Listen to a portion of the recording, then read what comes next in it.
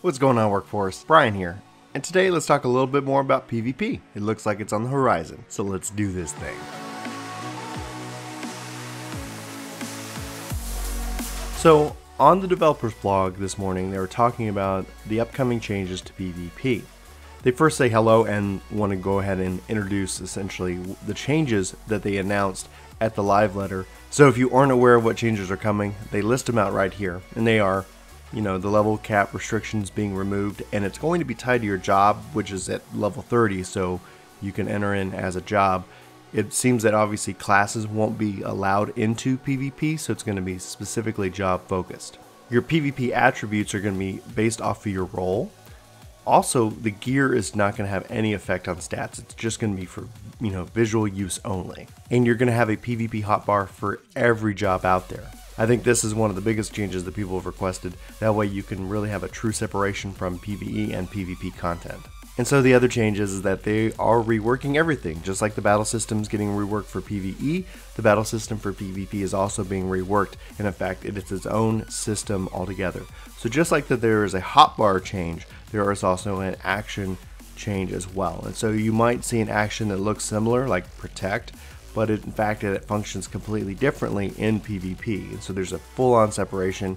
Pretty much all jobs are going to have 9 actions and 2 additional actions and some traits. They've removed directionals for combos, and they've also consolidated actions that are combos into one button. And they showed this off during the live letter, and it's really cool, honestly. I think this is something to be very excited about. And so hopefully this helps lower the barrier of entry for PvP, namely that it was 60. At least players will be able to get into it during their free trial if they're playing it that way. But also that you can level up through PvP as well. So this is going to be another alternate leveling path for those interested in leveling and playing PvP. So all in all, very good changes. So next up on the blog, they show off the hotbar changing swap out. So you can see that here they are in a PvE area, and they teleport into a PvP area, and you see a little pop-up that says hotbar swap PvP mode, and you can see that their action bars are completely different for this White Mage. And so next they want to show off some of the skills, and so you can see the job skills here for White Mage. You got Stone 3, Cure, Cure 2, Regen, Protect, and so all that's to be expected.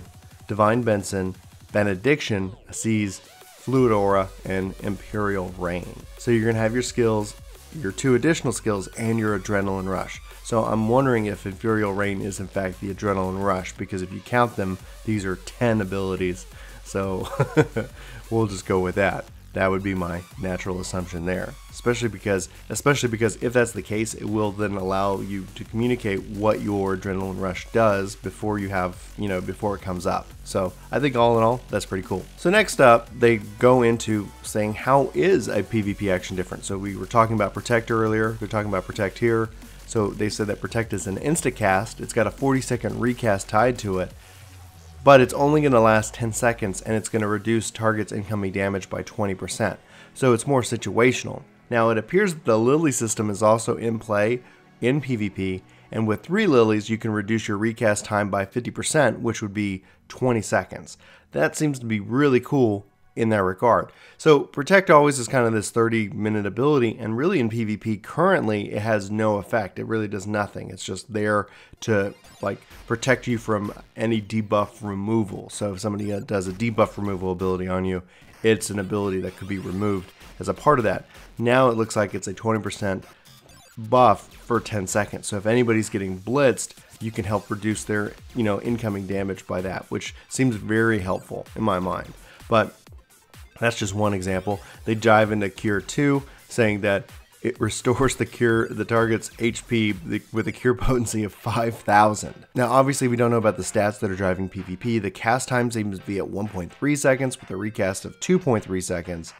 It says that Cure 2 is going to guarantee a Lily being applied to the healer. So we knew that kind of about PvP, so it seems like those are going to be similar, but the cure potency in PvE is at 700, cure potency in PvP is at 5,000. So this seems like it's going to be one heck of a cure spell. So then they go into more skills like Benediction. You've got obviously restores all the target's HP, and with the lilies you can reduce your recast time. So Benediction's recast time is at 120 seconds, so with 3 lilies you're going to be looking at 60 seconds, so that's a Benediction a minute. Here it's a Benediction every 2 minutes. That's much better than it is currently in the system today. So all in all, that's I think pretty powerful, and obviously that using it would use your lilies that you've stacked up. Seems really powerful. Alright, so then you got Fluid Aura, obviously a knockback, and it does a bind as well. It doesn't appear that there's any damage that is applied to it, it's more crowd control. So, but this also uses the lily system. You got a recast time of 30 seconds on Fluid Aura, but with 50, with 3 lilies, you get that down to 15 seconds. So you could you could push back and bind a lot of people real quickly, at least 2 targets within a 30-second range. Now, I'm guessing the bind is a 3-second duration, so not that epic, but it can it could help get you out of a situation that you don't want to be in. So let's look at some shared actions. So they say that the additional skills are shared by all jobs. You got Recuperate, Muse, Enliven, Purify, Concentrate, Safeguard, and Bolt. Now Recuperate looks more like a self-heal like Second Wind. Muse seems to be an MP recovery tool. Enliven, like a TP recovery. Purify is removing debuffs from you. Concentrate looks like it's going to remove like spell interruption. Safeguard looks like it protects you, especially when things are going bad. Currently how that spell, and I forget the name of it right off the top of my head right now, works is that it makes you unable to move. It makes you at a 90% miss rate, and it also really protects you. So if things are going bad, you can pop this. People who are using their limit breaks and things like that pretty much become useless, and it's your it's your safeguard. So it seems like a more natural name there. And then Bolt is here, and it's interesting because they are taking away sprint from everybody. You can see that right here, and it becomes an instant ability with a recast of 45 seconds for all jobs, and it's going to last for 10 seconds. So if you think of that, not everybody's going to have sprint, not everybody's going to have these abilities, so you got to pick 2 which makes the most sense for you. And maybe there's a case where a tank might want to take safeguard. Maybe there's a case where it's interesting. So not everybody's going to have sprint. You're going to have to pick, and so it seems like some of these options are very valuable, and to pick those is going to be interesting. I think we're going to have some interesting builds that we're going to have to play around with. So next we're going to get into the PvP specific traits. These are shared by all the jobs.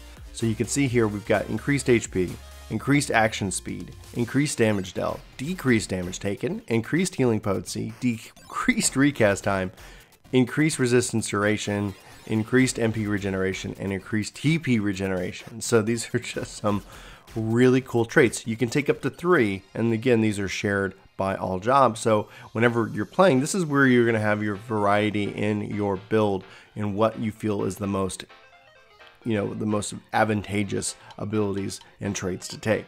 So just focusing in on 3, here in the blog, increased MP regeneration. So it increases your regeneration by 25%.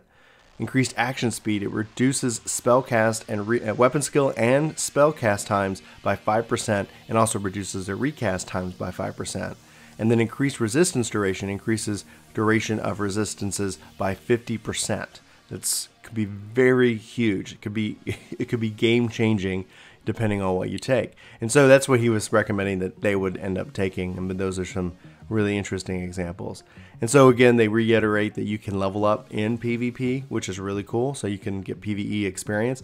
So, and then lastly, they show off some new PvP gear, and it looks pretty cool in and of itself. So that's pretty much it for the blog, but it's really cool to know about these traits and about these actions. And that's where I guess the conversation part comes in. I'd love to know your thoughts on it. Obviously, White Mage getting a lot of salt right now, but just seeing these actions here has me excited. So I know that the job is going to have those interesting abilities. We don't see repose. We don't see much crowd control outside of Fluid Aura. So in my mind, if White Mage doesn't have repose, and Black Mage still has their sleep, which we don't know one way or another, that's huge for Black Mage. It's going to make them very valuable, and hopefully that means that the crowd control that is brought in, varying by job, really kind of helps them stand out. But hopefully everyone has something that makes them both unique and in demand, so that way you're always excited about who you get, because they're going to offer something and help change maybe your strategy. I don't know. But anyway, my name is Brian. This is Work2Game. Thanks so much for watching this video, and I hope to see you in my next. But until then, I hope you have a fantastic week, and I'll see you in Stormblood. Hey, it's me. I'm in Chris's office. He doesn't know it, but we've got other videos for you to check out right here. And we've got the vlog down there in the corner. Plus, we've got some contact information, and you can totally subscribe to the channel that way as well. So we hope you do. We hope to see you in our next video, but until then, take care.